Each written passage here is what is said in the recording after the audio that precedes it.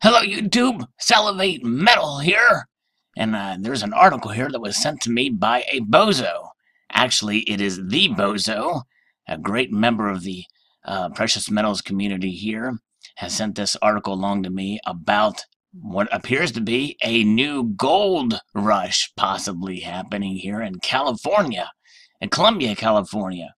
So they're panning like it's 1849, according to this article here. And California's historic drought has ended. Riverbeds, once dry, are torrents. And California's gold country is living up to its reputation. Standing on a narrow bridge over Eagle Creek weeks before the Detweiler fire ravaged the foothills to the south, Robert Guardiola watches nearly 40 miners spread out. Wearing knee pads and waders, they have begun to organize their equipment, buckets, and classifiers. Hog pans and cradles along the edge of the stream. And here you can see a picture of Robert at the riverbank, ready to pan for some gold. Some cuts into the sandbars with their shovels, others adjust their sluices half in and out of the flowing water. A few have begun swirling mud in their gold pans. Everything begins and ends with a pan, says Guardiola, pleased with the activity. He helped organize this outing, a monthly foray for local prospecting association known as the Delta Gold Diggers. Settled in a nearby folding lawn chair, Russ Tate is doing his part. A latte-colored slurry circles the perimeter of his emerald-colored pan. With a floppy hat, ponytail, and white beard, that hasn't been trimmed in 18 years, a 72-year-old looks like a refugee from Knott's Berry Farm. Even his blue eyes behind silver frames have a bit of a twinkle, and sort of the classic look of a prospector. I actually know a guy who's a gold prospector who has that same look, that long white beard, and that sort of an earthy kind of look about him. And it says that Tate has bone cancer, so getting down to the creek isn't easy. But even if his days are numbered, he isn't above dreaming. He peers into the murky solution, hoping to glimpse something shiny.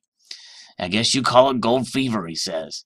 You get out there, and there's times where you get tired and you don't want to quit.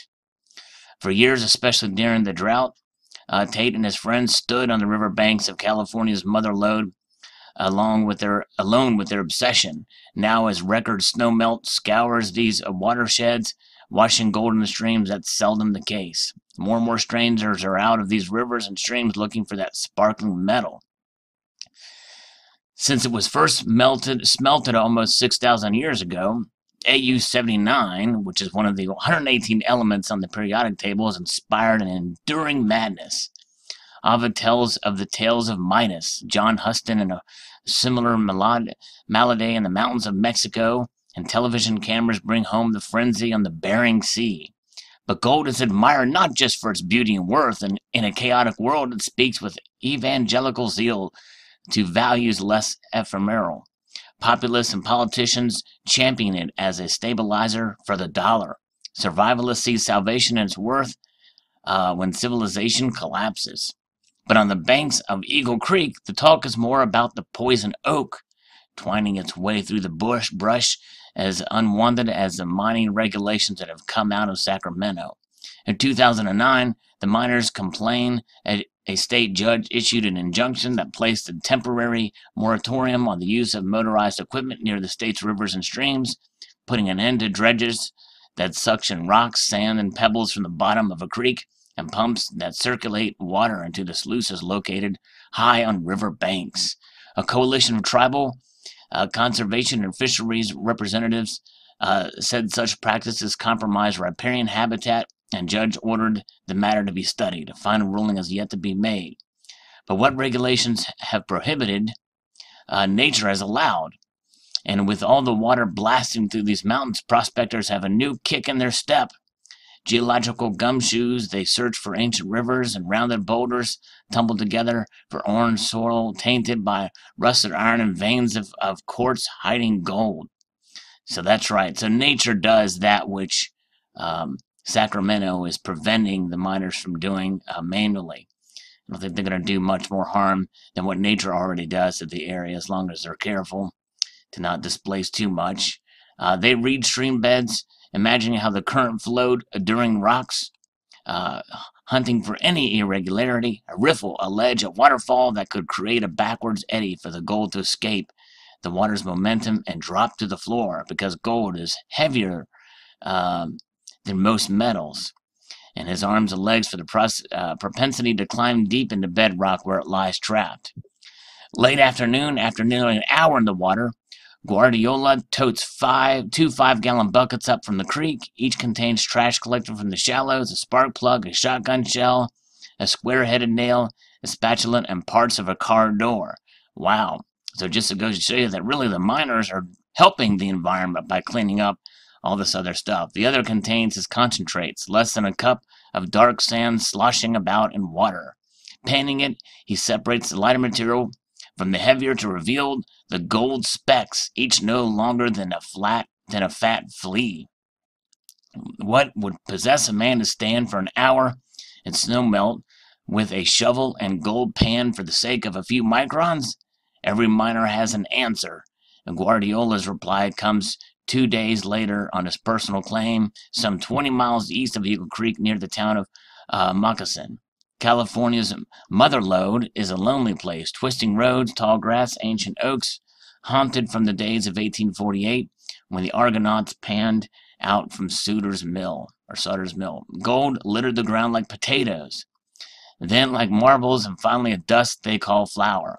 All totaled, $2 billion extracted by 1852. Wow. Their legacy lies not only in the rusted debris and flattened mountains they left behind, but in the blackberries, the fig and apple trees they planted still growing in these forests. Vestiges of their dream. Guardiola, 52, purchased the right to mine these 20 acres in 2001. When he first walked out on the property, he knew he could be happy there. 10 deer, 2 bucks, and fawns browsed beneath the oaks. A stream, Grizzly Creek, cut through the property, which already had 2 mines on it, always a good sign. 7 years later, after losing his equipment rental store in Modesto to a broken plumbing pipe and a slow insurance settlement, he began to work the claim more seriously. Prepped for the cold, insulated waders, booties, wool socks, and sneakers, Guardiola wades into a pool of 55-degree water as deep as his thighs. We'll see if Mother Nature was kind and restocked my bank, he says. Above him, the stream cascades over a rocky shelf, creating a small waterfall. The sun plays peekaboo behind the clouds. 2 years ago, the stream was dry. Last year, it was a trickle. But this winter brought a torrent of water, and with it nearly 2 feet of new rock and gravel deposits called overburden into the pond. And the water has not stopped flowing. With his face right up against the surface, he muscles a submerged boulder aside, 200 pounds by his estimate, to get the deeper material. With the choke grip on the short-handled shovel, he fills his gold pan and examines each scoop. His t-shirt is drenched, his hair plastered to his scalp. Mosquitoes land on his neck, and suddenly he flinches as if a pulse of electricity had passed through him. That's what it's all about, he said, surprised by a decent-sized nugget, a little smaller than a pea, shining up at him. An hour later, shaking from the cold, he wipes his eyes and gathers up his gear in the waning light. Historian H.W. Brands, in his account of the gold rush, The Age of Gold, writes that the epic quest shaped history so profoundly because it harnessed the most basic of human desires, the desire for happiness.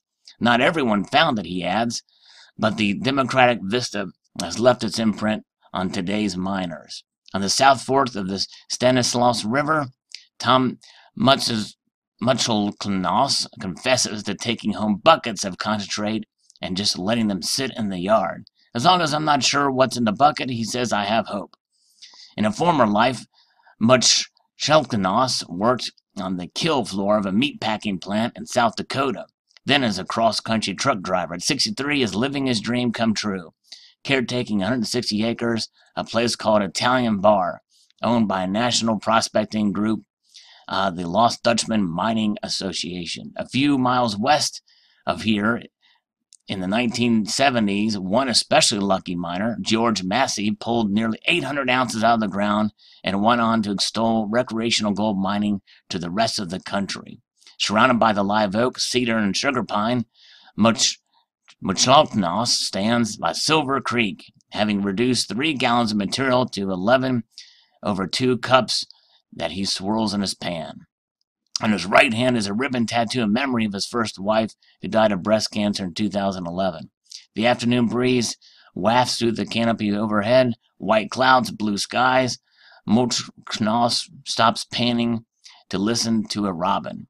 He saw a mountain lion on the road the other day. When I'm around the sound of water like this, he says, I can be feeding my sluice and actually fall asleep. Very calming, for sure. Very neat. There's more stories here, and I won't continue to read them, but I'll post a link to this article below, and you can read further. But just quite fascinating to see that gold panning and the gold rush, so to speak, in a sense, is still alive. The thrill of the hunt sometimes is really what it's about. So post your thoughts below and what Mother Nature's done to loosen up the soil, to reveal the chance and possibility of riches, true riches in gold. I'd like to extend the multitude of gratitude, y'all, for watching. I encourage you to please rate, comment, and subscribe, and hit that little bell so you know when the next Salivate Metal video comes along.